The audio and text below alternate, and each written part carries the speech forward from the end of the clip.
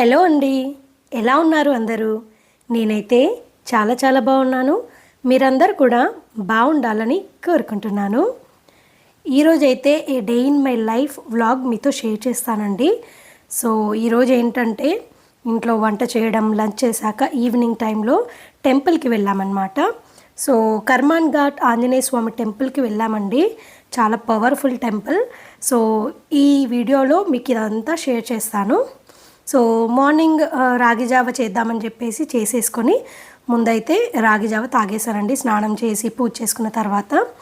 So next ఇంకా వంట start చేద్దామని చెప్పేసి ఈరోజైతే మంచి పన్నీర్ కర్రీ చేద్దామని చేస్తున్నాను అనమాట. మా బావకి ఏంటంటే పన్నీర్ కర్రీ చాలా ఇష్టము. సో మరీ డిఫికల్ట్ ప్రాసెస్లో చేయడము అదంతా కష్టం కాబట్టి సింపుల్ రెసిపీ నేను ఎలా చేస్తానో మీకు ఈరోజైతే ఈ వీడియోలో షేర్ చేస్తానండి.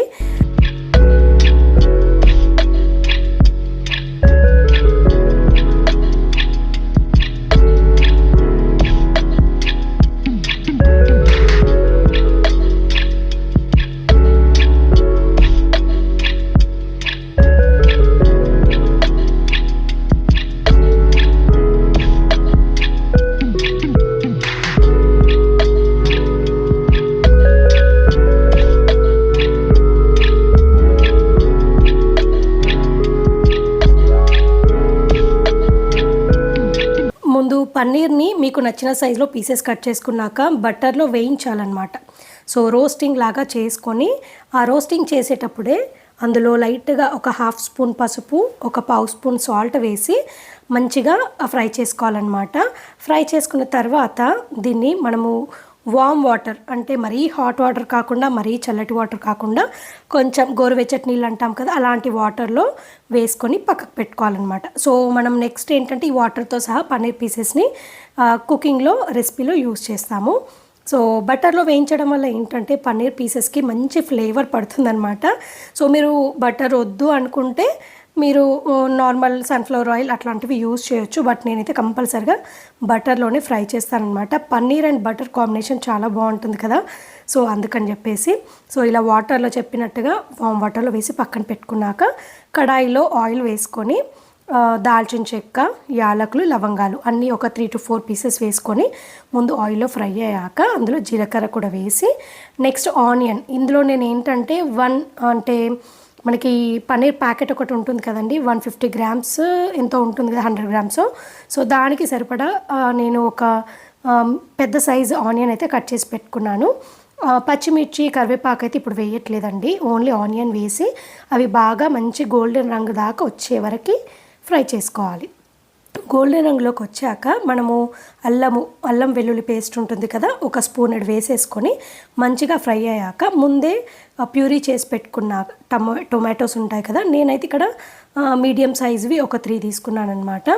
సో 3 తీసుకొని మంచిగా కట్ చేసుకొని ప్యూరీ ప్రిపేర్ చేసి ఇందులో వేసాను. ప్యూరీ వేసుకున్నప్పుడే ఇందులో తగినంత కారం, ఉప్పు, జీలకర్ర పొడి, ధనియాల పొడి, అలాగే పసుపు అండ్ కర్డ్. మనం కర్డ్ ఏంటంటే ఒక 2 స్పూన్స్ వేసుకుంటే బాగుంటుందండి. మీరు కర్డ్ అవసరం లేదు అని అనిపిస్తుంది, బట్ టొమాటో ఈ పర్టికులర్ పన్నీర్ రెసిపీకి అయితే కర్డ్ వేస్తే టేస్ట్ చాలా బాగా వస్తుందన్నమాట. సో ఇవన్నీ వేసి మంచిగా కలపాలి. కలిపేసిన తర్వాత కారం కూడా మీ స్పైస్ని తగ్గట్టండి. మనం లాస్ట్లో కొన్ని పచ్చిమిర్చి వేస్తాము, బట్ కారం కూడా మంచిగా వేస్తేనే బాగుంటుంది. నేనైతే ఒక 2 స్పూన్స్ వేసాను. సో ఈ కంప్లీట్ ఏదైతే ఉంటుందో ఈ ప్యూరీ అండ్ ఆనియన్స్ ఇవన్నీ మంచిగా మగ్గాలన్నమాట ఆయిల్లో. మనకి టొమాటో ప్యూరీ అనేది పచ్చివాసన పోయి కంప్లీట్ ఆయిల్లో మగ్గి ఆయిల్ అనేది పైన తేలాలి. అలా తేలినప్పుడు ముందు మనము పక్కన పెట్టుకున్న పన్నీర్ పీసెస్ విత్ వాటర్ ఉంటుంది కదండి, అది కూడా వేసేసుకొని మంచిగా కుక్ అవ్వనివ్వాలి. మీరు వాటర్ మీకు ఎక్కువ అవుతాయి అనిపిస్తే ముందే వాటర్ కొంచెం తక్కువ చేసుకోండి. అది మీరు మనం కర్రీ కుక్ చేసేటప్పుడు మనకు ఒక ఐడియా ఉంటుంది కదా, దాన్ని బట్టి వేసుకోవాలన్నమాట. సో ఇలా మంచిగా కుక్ అయిన తర్వాత ఆల్మోస్ట్ ఇంకా దగ్గర పడుతుంది అనే టైంలో ఇందులో మనము ముందుగా కట్ చేసి పెట్టుకున్న పచ్చిమిర్చి అండ్ కరివేపాకు వేయాలండి. ఈ టైంలో ఎందుకు వేస్తున్నామంటే ఆ ఫ్లేవర్ అనేది కర్రీకి బాగా పడుతుందన్నమాట. సో ఒక 10 మినిట్స్ ముందు దించేస్తామన్నప్పుడు వేస్తే ఈ ఫ్లేవర్స్ బాగా పడతాయన్నమాట. అలాగే కసూరి మేతి ఒక స్పూన్ తీసుకొని మంచిగా క్రష్ చేసి వేసుకొని అండ్ గరం మసాలా కూడా వేసుకోవాలన్నమాట. మీకు మరీ ముందుగానే మసాలాలు అంటే స్పైసెస్ వేసాం కదా, డ్రై స్పైసెస్ ఎక్కువ అవుతుంది అనిపిస్తే మీరు అవాయిడ్ చేయొచ్చు. బట్ గరం మసాలా వేస్తే ఆ ఫ్లేవర్ బాగుంటుంది. ఇవన్నీ ఏంటంటే కంప్లీట్గా బ్యాలెన్స్ అయిపోతాయండి కుకింగ్ అయిపోయాక. ఏది ఎక్కువ తక్కువ లేకుండా కంప్లీట్ ఒక బ్యాలెన్స్డ్ కర్రీ లాగా ప్రిపేర్ అవుతుంది. అండ్ కొత్తిమీర వేసేసుకొని కొంచెం ధనియాల పొడి కూడా వేసేసుకొని మంచిగా కలుపుకున్న తర్వాత ఒక 5 మినిట్స్ అలా కుక్ అవనిస్తే సరిపోతుంది. ఇదే టైంలో నేనైతే ఎక్స్ట్రా బటర్ క్యూబ్ అయితే వేశాను. నాకు పన్నీర్ కర్రీ ఏది చేసినా కూడా బటర్ అనేది ఎక్స్ట్రా ఉంటే ఆ ఫ్లేవర్ రిచ్నెస్ని ఇస్తుంది, బాగుంటుంది. అండ్ మీ దగ్గర ఫ్రెష్ క్రీమ్ ఉందనుకోండి, అది కూడా ఈ టైంలో యాడ్ చేసుకోవచ్చు అనమాట. బట్ నా దగ్గర లేదు, నేను యాడ్ చేయలేదు.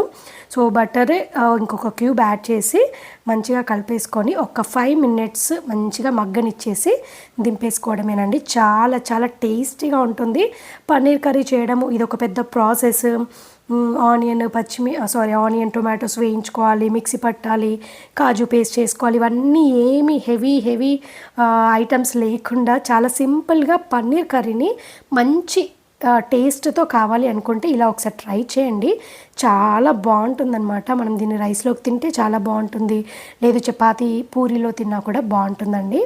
సో ఇలా నేనైతే ఈరోజు పన్నీర్ కర్రీ ఒక్కటే ప్రిపేర్ చేశాను. ఇంకా ఎక్స్ట్రా డిష్ అయితే ఏది ప్రిపేర్ చేయలేదు.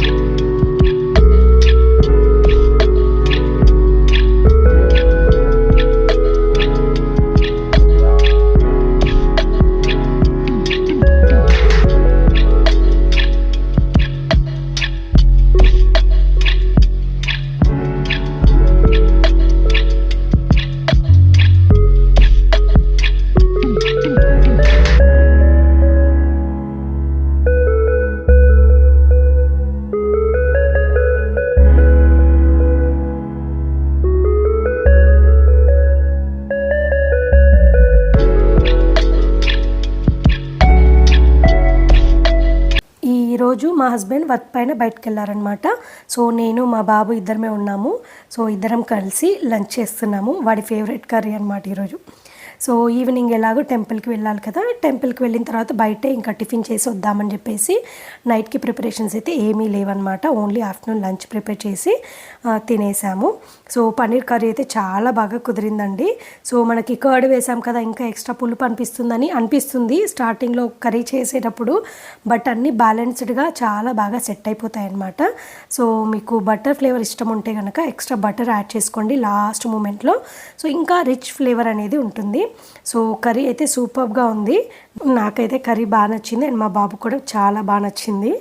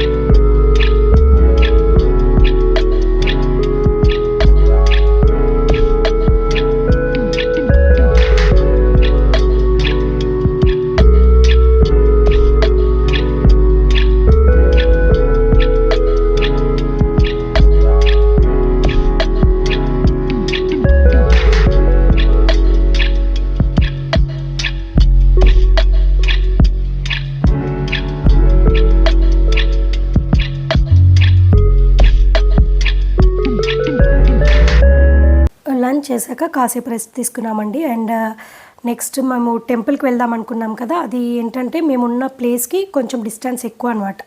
అంటే ఆల్మోస్ట్ మోర్ దాన్ 1 అవర్ కంటే ఎక్కువే పడుతుంది. 1 అవర్ టు 1 అవర్ 15 మినిట్స్ ఆ టైం పడుతుందన్నమాట. సో కొంచెం ఎర్లీగానే స్టార్ట్ అవుదామని.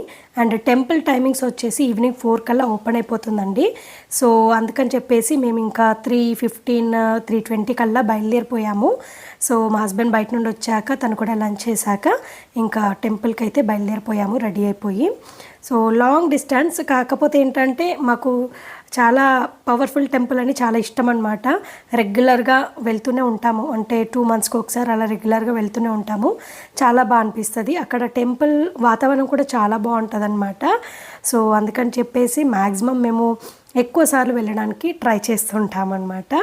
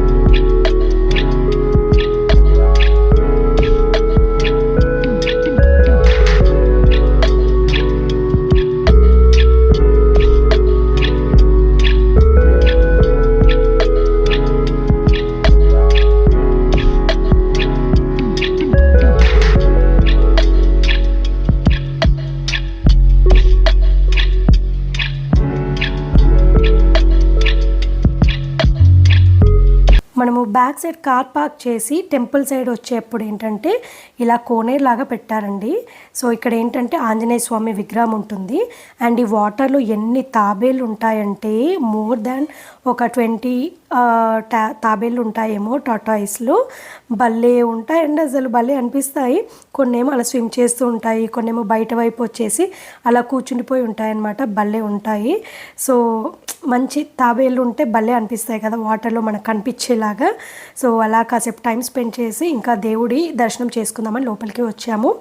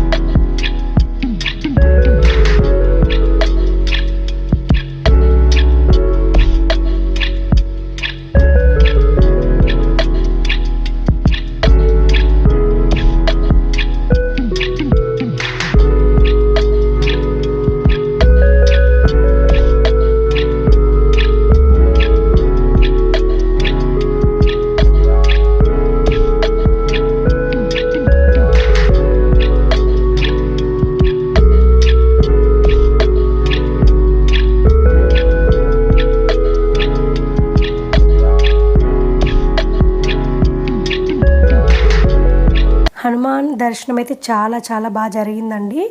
సో కర్మాన్ ఘాట్ ఆంజనేయ స్వామి టెంపుల్కి ఒక హిస్టరీ కూడా ఉంటుందన్నమాట. సో చాలా పవర్ఫుల్ టెంపుల్. అండ్ ఇక్కడ టెంపుల్ వాతావరణం కూడా చాలా బాగుంటుందండి. చాలా పెద్ద టెంపుల్, ఎక్కువ ప్లేస్ ఉంటుంది లోపల కూడా కూర్చోవడానికి, అండ్ ఫ్రీ స్పేస్ ఎక్కువ ఉంటుంది. అలాగే లోపల కూడా చాలా టెంపుల్స్, చిన్న చిన్న టెంపుల్స్ ఉంటాయన్నమాట. అంటే సీతారాముల వారి టెంపుల్, శివుడి టెంపుల్స్, స్ఫటికలింగము, తర్వాత ఇలా ఏమంటారు సుబ్రహ్మణ్యేశ్వర స్వామి టెంపుల్, సరస్వతీదేవి టెంపుల్, వేణుగోపాల స్వామి టెంపుల్, ఇలా చాలా రకాల చిన్న చిన్న ఆలయాలు లోపల ఉంటాయన్నమాట. సో మనం ఒక్క ఆంజనేయ స్వామిని దర్శించడానికి వెళితే మిగతా దేవుళ్ళందరినీ కూడా దర్శించుకొని చాలాసేపు అలా కూర్చొని టైం స్పెండ్ చేసి ప్రసాదం తీసుకొని రావచ్చు అనమాట. సో మేమైతే ఆల్మోస్ట్ ఒక 2 hours అక్కడ టైం స్పెండ్ చేసేసి, ఇక్కడ దగ్గరలో ఏంటంటే సికింద్రాబాద్ ఏరియాలో పిజ్జా డెన్ అని ఉంటుందండి. అక్కడ పిజ్జా అయితే చాలా బాగుంటుంది. ప్యూర్ వెజ్ అనమాట, అక్కడ అసలు నాన్ వెజ్ ఉండదు.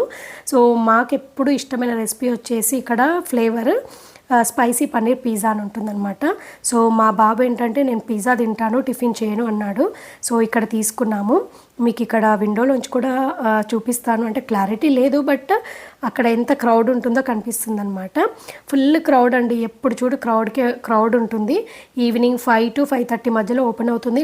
నైట్ కూడా ఆల్మోస్ట్ 11 దాకా ఉంటుంది అనుకుంటా. ఎప్పుడు చూడు క్రౌడ్ ఎక్కువ ఉంటుంది. టేస్ట్ చాలా బాగుంటుంది. చాలామంది ఎక్కడి నుంచో దూరం నుండి కూడా వచ్చి తినడానికి ఇక్కడికి వస్తారనమాట. సో మా బాబుకేమో ఇక్కడ పిజ్జా తినిపించేసాము. వాడు పిజ్జా తిన్నాక ఈ పిజ్జా డెన్కి దగ్గరలోనే సాయిరామ్ టిఫిన్ సెంటర్ అని ఉంటుందండి. చాలా రీజనబుల్ కాస్ట్లో మంచి టిఫిన్స్ అనమాట, టేస్టీ టిఫిన్స్. సో మేము ఫస్ట్ ఇడ్లీ వడ, ఇడ్లీ బోండా అలా తీసుకొని తినేసాము. తర్వాత ఒక దోశ కూడా ట్రై చేద్దామని చెప్పేసి దోశ కూడా తీసుకున్నాం అనమాట. టేస్ట్ అయితే సూపర్ ఉంటుందండి. చట్నీ ఇలా చాలా బాగుంటుంది. అండ్ దోశలు ఎక్కువ ఫేమస్ అనమాట ఇక్కడ. డిఫరెంట్ దోశలు చేస్తారు. చాలామంది కార్లలో వచ్చేసి అక్కడ డైరెక్ట్ తీసేసుకొని లోపల తినేసి వెళ్ళిపోతారనమాట. మ్యాక్సిమం బయటనే నిల్చొని తింటారు. బట్ కూర్చోడానికి కూడా కొంచెం స్పేస్ పెట్టారు వీళ్ళు లోపల సైడ్ చైర్స్ వేసి. సో మేము ఏంటంటే మా బాబు కూడా ఉన్నాడు కాబట్టి లోపల సైడ్ కూర్చొని టిఫిన్స్ తిన్నాక ఇంకా ఇంటికి బయలుదేరామన్నమాట.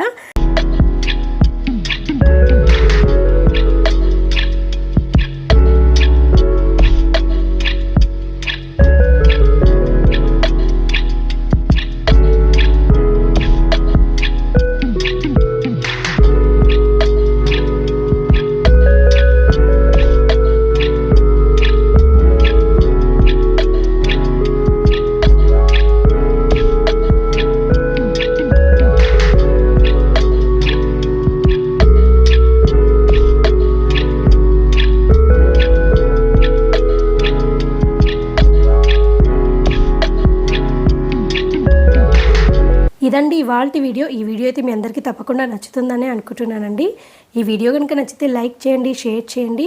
అలాగే మీ ఫ్రెండ్స్ అండ్ ఫ్యామిలీ మెంబర్స్తో కూడా ఈ వీడియోని షేర్ చేయడం మర్చిపోకండి. కొత్తగా చూస్తున్న వాళ్ళందరూ నా ఛానల్ని తప్పకుండా సబ్స్క్రైబ్ చేసుకోండి. ఇదండి ఇవాల్టి వీడియో. మళ్ళీ ఒక కొత్త వీడియోతో మీ ముందుకు వస్తానండి. అంతవరకు టేక్ కేర్, బై బాయ్.